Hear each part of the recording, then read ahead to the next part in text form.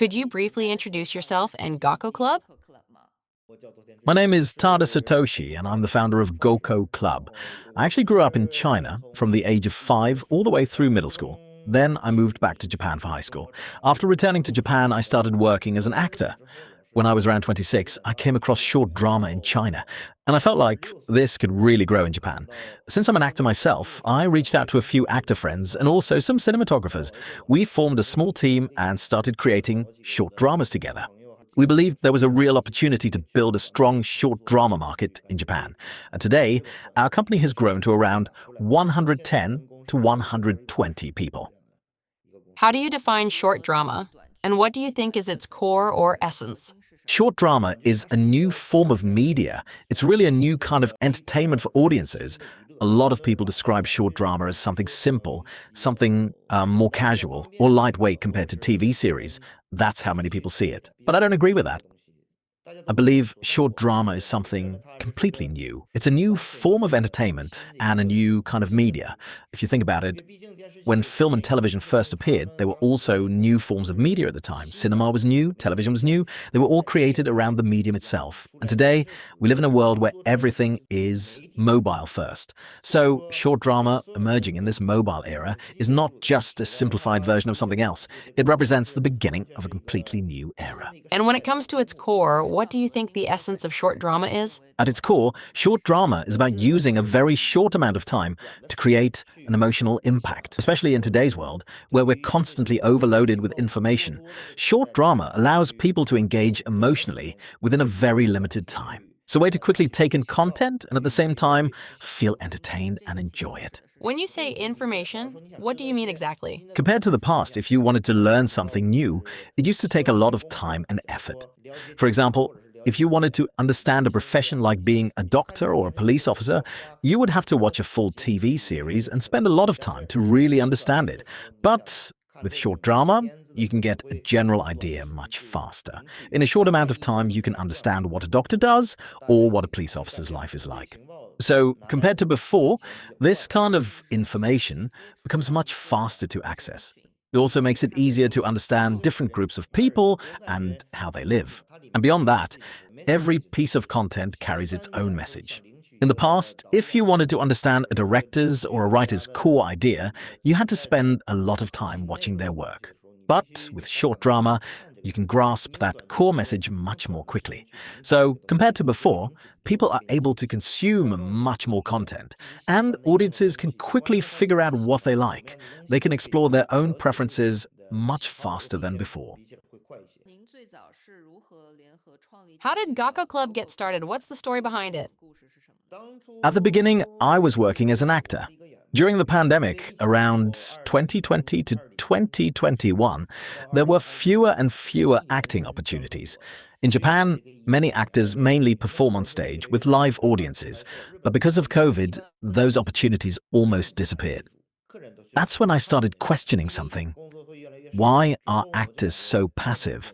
On platforms like YouTube or TikTok, creators in comedy, music, or other forms of entertainment can actively create and publish their own content. But for actors in Japan, it's a very passive profession. That really made me think.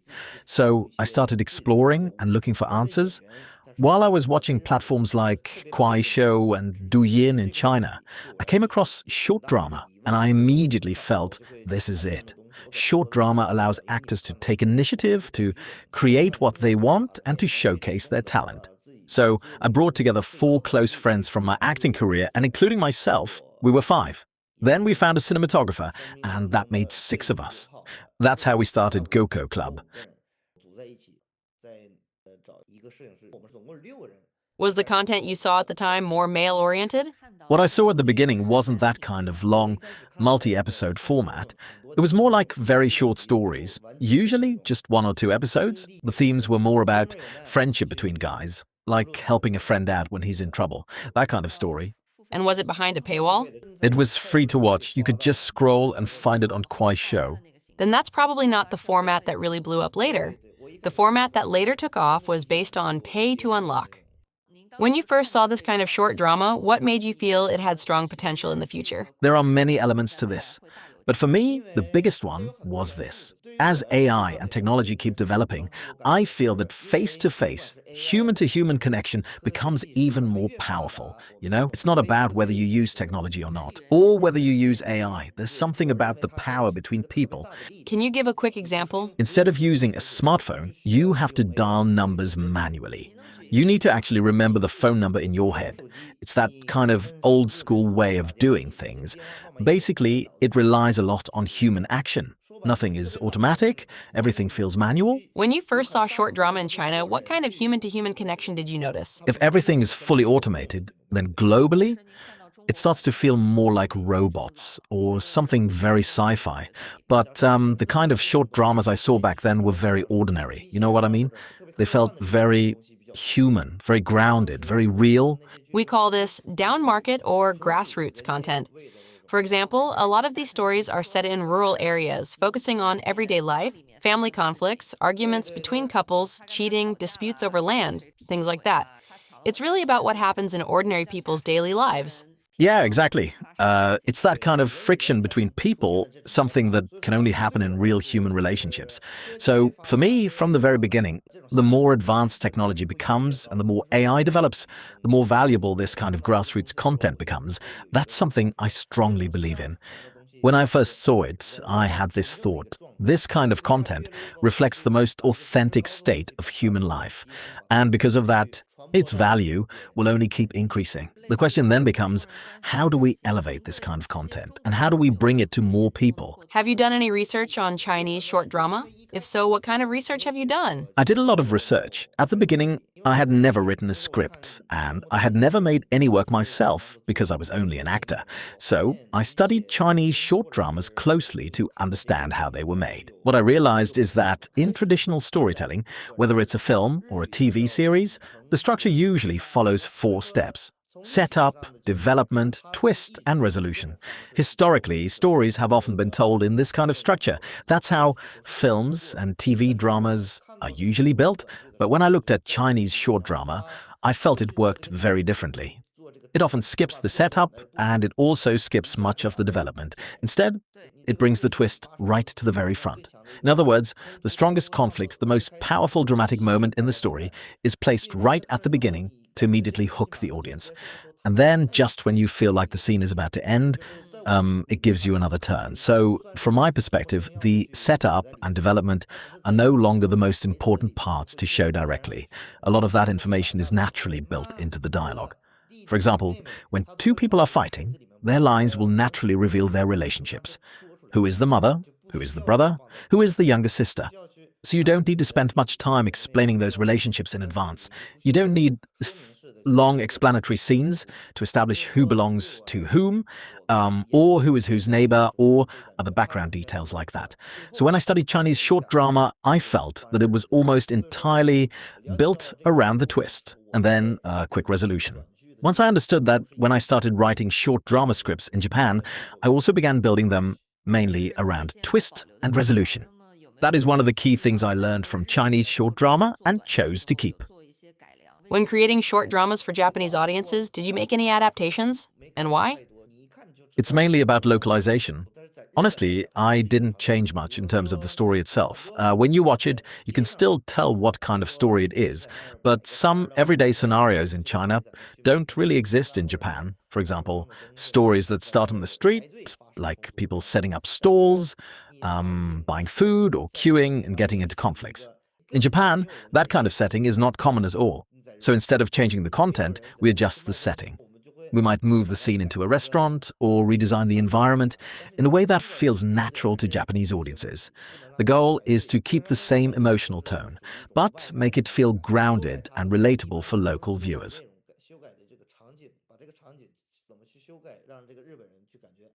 Are there any original story ideas at the script level? Not just adapted from Chinese formats, but something that feels more native to your own market. For example, in China, there's a very common theme around conflicts between a wife and her mother-in-law. A lot of female-oriented short dramas are built around that kind of relationship.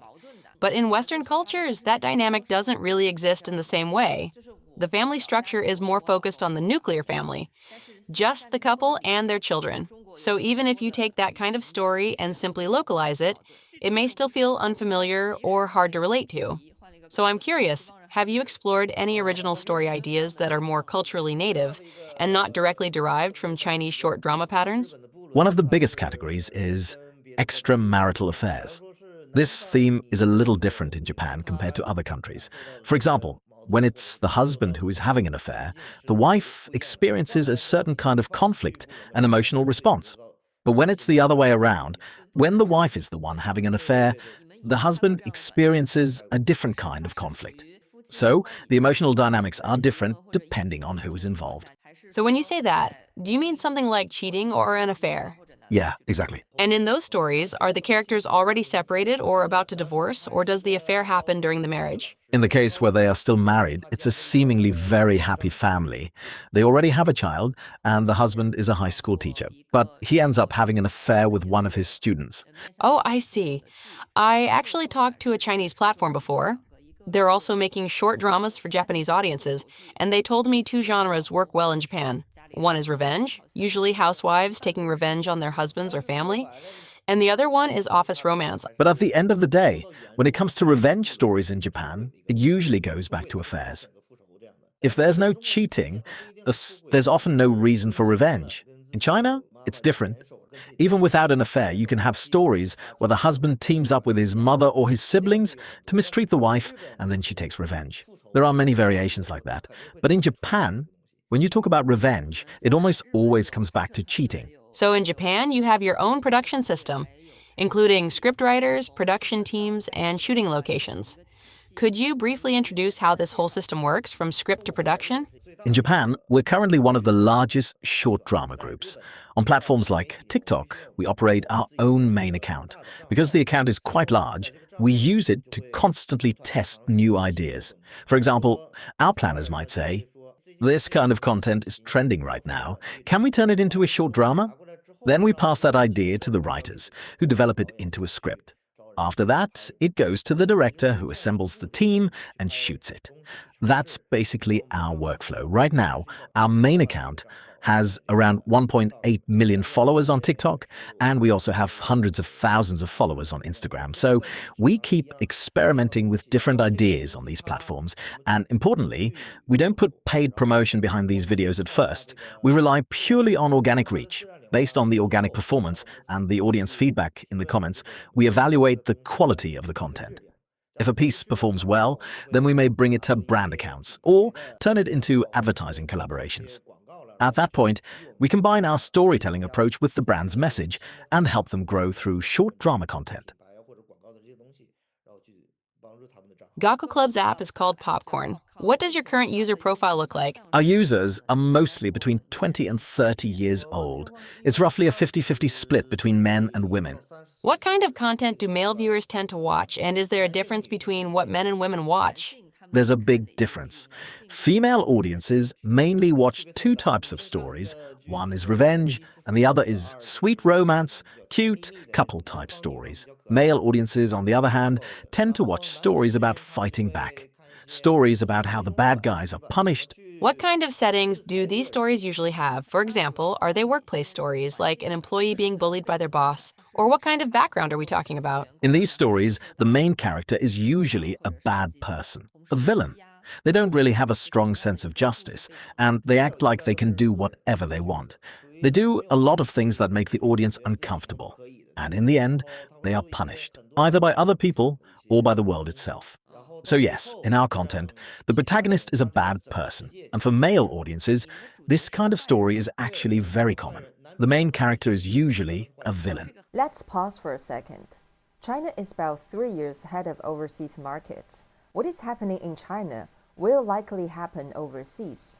That is why I wrote Future Playbook, China's short drama ecosystem and insights for global business.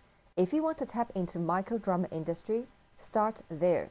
Now let's continue. That's really interesting. Because you've probably seen some Chinese short dramas as well. In many male-oriented stories in China, the main character is often a delivery worker or security guard. And a lot of the audience actually come from those backgrounds, so they can really relate to the character. These protagonists are usually very righteous, as they represent a strong sense of justice, and they're often very capable, like what we call a war god type of character.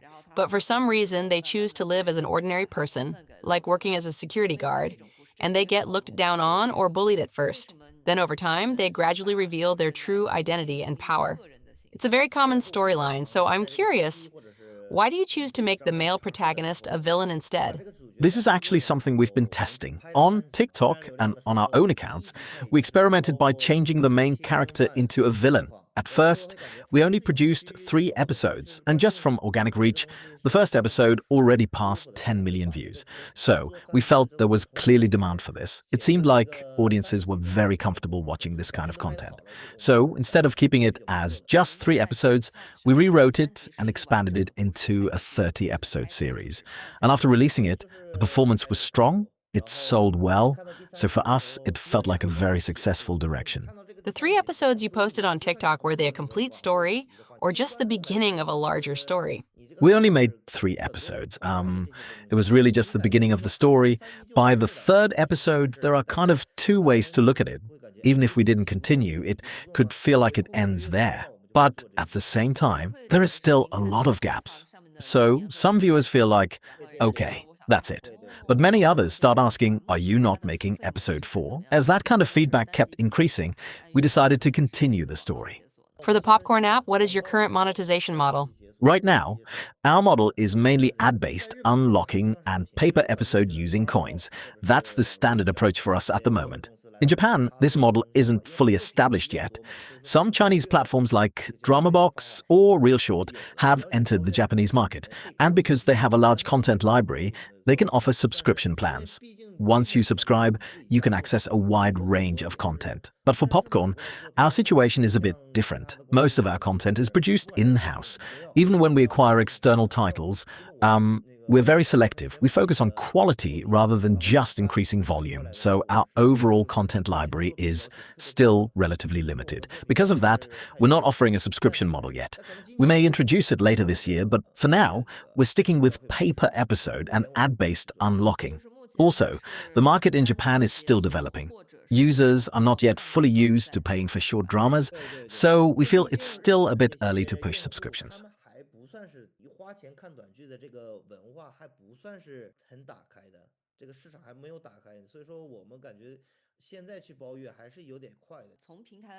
From a platform perspective, how do you evaluate the ROI of short dramas, their return on investment, and overall efficiency? In China, the market is already quite mature, but in Japan, we feel the market still needs a few more years to develop. So, for now, we're not in a rush to recover our investment. At this stage, we're more focused on building the market. From a platform perspective, what key metrics do you focus on?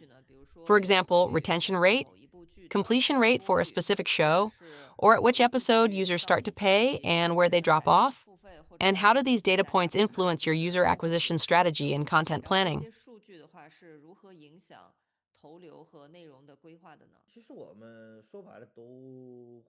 To be honest, we look at all of these metrics, but we're not really platform experts. We come more from a creator background, so the data we focus on is not internal platform data. We mainly look at data from TikTok, Instagram, and X in Japan, basically these 3 platforms. We publish our content on our own accounts, and then we look at things like retention rate, completion rate, likes, and comments. We pay attention to how many likes a video gets relative to its views, how many comments it receives, and even how many likes those comments get. That's the way we evaluate our content. Then, when we bring the content onto Popcorn, after we produce it, we find something quite surprising. The data patterns are actually very similar, no matter whether it's on TikTok, Instagram, or our own platform Popcorn. When we look at the data, it's basically the same. On TikTok and Instagram, the pacing has to be fast. If the pacing is slow, people will just scroll past to the next video. But on Popcorn, when we create content, we sometimes allow ourselves a bit more flexibility. As creators, we might feel like we can slow things down a little or use slightly slower music so that the viewing experience feels more comfortable.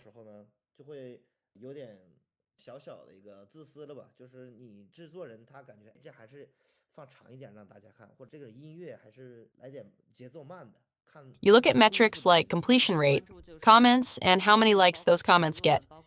Do these signals influence your future content? For example, if many viewers say they don't like the male lead and that comment gets a lot of likes, would you adjust future scripts based on that kind of feedback? We don't do that. We don't adjust the script based on audience feedback. How do you view paid user acquisition? Do you think it's the most effective way to promote content? And are there other ways to drive growth? It's basically a way to open up the market. It's probably the fastest way and also the quickest way to grow. But personally, I don't really like this approach, because at the end of the day, this is about creating content. If you rely too much on paid promotion, you stop thinking about what kind of content you should make or how to make the content better. You lose that motivation to improve the work itself. It becomes like, as long as you finish something, you can just push it with ads, right? And after you run the ads, you make money.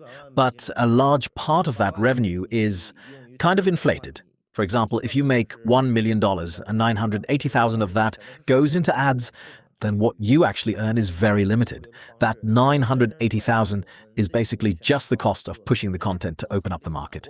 So yes, paid promotion is fast. But for us, it's not the approach we want to take. So you're not doing paid ads for your app? We do use paid promotion, but the way we do it is a bit different. We first create our content and post it on social platforms. After releasing the first 3 episodes, if those episodes perform well, then we may add some paid promotion on top of that. I saw in the news that GOKKO has worked with TV networks and major advertising agencies like Dentsu to create branded short dramas. So how do brands in Japan view this format right now? How open are they to short drama as a storytelling approach? A large number of people still see short drama as something lower tier compared to TV series or films. That's still a very common perception. But among people who are actually working in this space, there's already a strong sense of respect for short drama. Are many brands still hesitant to try it? Or what's the situation like? When creating branded short dramas compared to the short dramas you make for your own app, are there any differences on the content side? In terms of storytelling, is the creative logic different? It really depends on the team, but with Japanese TV networks, there's usually not much difference. We can talk things through. If we think something should be done a certain way, we just explain it, and they're usually okay with it. From my previous experience working with brands, they usually have a lot of requirements. Since branded short dramas are essentially advertising, for clients like Dentsu or TV networks, do they get involved in the content creation process, or do they not interfere at that level? For TV networks in Japan, not really, but for projects that come through agencies like Dentsu, there are usually some requirements. For example, if you're promoting a drink, the brand logo has to be clearly shown, and if the product contains alcohol, then all the actors in the video must be over 25 years old. Popcorn is currently launched in Japan and mainly focused on the Japanese market. Are there any plans to expand internationally in the future? At the moment, not really. Right now, we're still focused on developing the Japanese market. When it comes to expanding overseas, we believe that before bringing something to a global audience, it has to reach its best form in Japan first. It's similar to Japanese anime or other Japanese content. Only when it becomes really strong in Japan does it have the potential to go global. As for quality, if we want to create something with high quality and avoid filler, then usually the story would end in around 20 to 30 episodes. So what we're currently exploring is this: how to make longer series, like 50 or 60 episodes, while still maintaining high quality, and without adding unnecessary filler. In China, AI-generated animated dramas are becoming very popular. Are you considering creating AI-based animated content as well? We haven't really thought about anime, but AI is definitely something we will use. We already use it in some areas.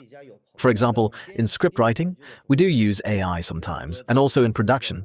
Even though we have our own studio, when we're editing short dramas, there are many cases where, if it's not a human subject, for example, if there's a shot of a cup that we want, but we didn't film it, then we will use AI to generate that shot.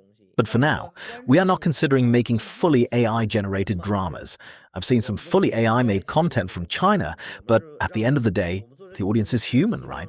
We're not making content to move AI. We want to move people, to make them feel something, to make them like it. So we think we should wait until AI develops further, and only then consider investing more in that direction. As for how we create stories that move people, the script I've been working on recently is about two people who both have cancer. They meet in a hospital. When I was thinking about this story, I didn't want to focus on how meaningful or exciting the remaining time of their lives is. What I wanted to express is something else. After your life ends, what do you leave behind? And who do you pass it on to? If you only have 1 month left to live and you've come to some kind of answer in your life, who do you give that answer to? And after you pass it on, what is it that remains after you're gone? So it's not about how you live the remaining time. It's about what the people who are left behind should feel and how they should continue to live. How do you see the future of short drama? It will become a completely new form of entertainment, a new kind of entertainment for audiences. Do you think it could surpass films or anime? I don't think short drama will surpass films or anime, but I do think it will reach a similar level. At the end of the day, it all depends on what devices people use for entertainment. For example, when TVs first came out, most people couldn't afford them, so they would go to the cinema and pay to watch films. Later, when TVs became more accessible, TV dramas started to grow and eventually reached the scale they have today. Now, people mainly use smartphones, and that's where short drama has emerged. But smartphones won't last forever, right? When they are eventually replaced and when content is no longer designed for vertical screens, then it won't just be films or TV series or short drama anymore. There might be something new, maybe something fast-paced, maybe still in horizontal format, but not too long either. A completely new form of content could appear.